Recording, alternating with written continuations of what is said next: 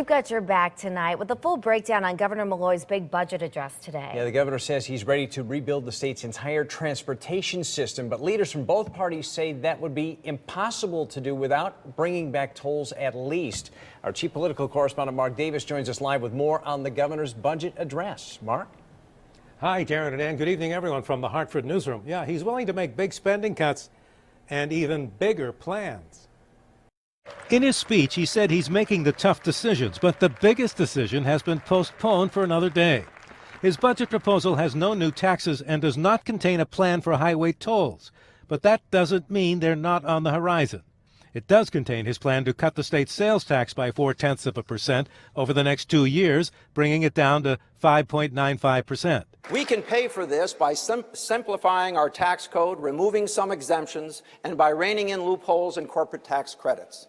But Republicans correctly note that that actually results in an increase in the overall sales tax burden. By removing a $50 exemption for clothing that would have affected everyone and imposing heavier taxes on business. Most people will look at that and say, I mean, my family said it. That's great, they're going to cut our sales tax. But they don't realize that these exemptions are being taken away. And so at the end of the day, you're going to end up paying more, and that hurts the middle class. He's proposing over $500 million in spending cuts each year, mostly to human services programs. The plan includes no layoffs, but hundreds of job vacancies will not be filled. There's fewer people in jail, so he says he can close at least one prison.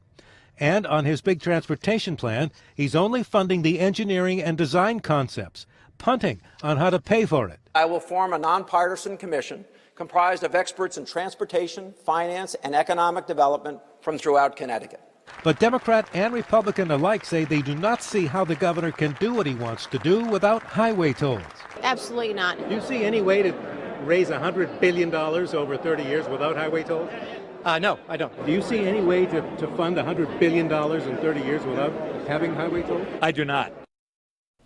And coming up at 6, why Connecticut's highest in the nation tax on gasoline is now considered to be a dead end as far as raising enough revenue to fund the state's transportation system. Live from the Hartford newsroom, Mark Davis, News 8.